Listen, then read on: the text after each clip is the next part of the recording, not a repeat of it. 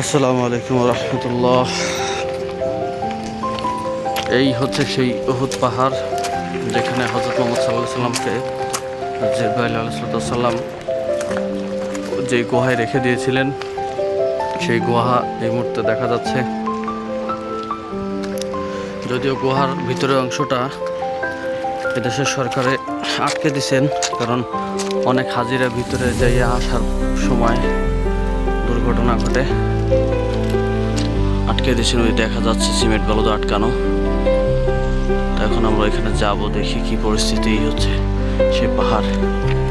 জিবরাইল আলাইহিস সালাম পাহাড়ে যখন আমার দাঁত মোবারক ভেঙে গেছিল, তখন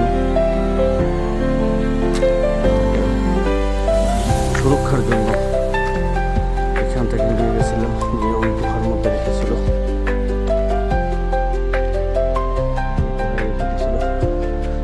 এইসব পাহাড় আমরা এখন যাচ্ছি, এখানে সাথে থাকেন।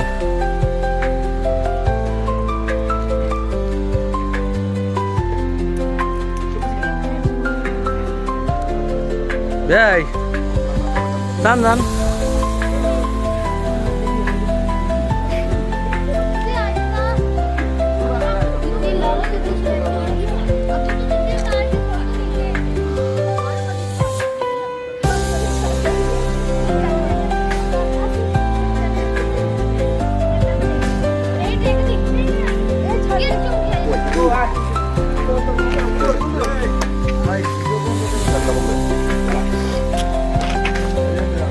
এই হচ্ছে সেই গুহা, আটকে দিয়েছে সিমেন্ট বালি দিয়ে।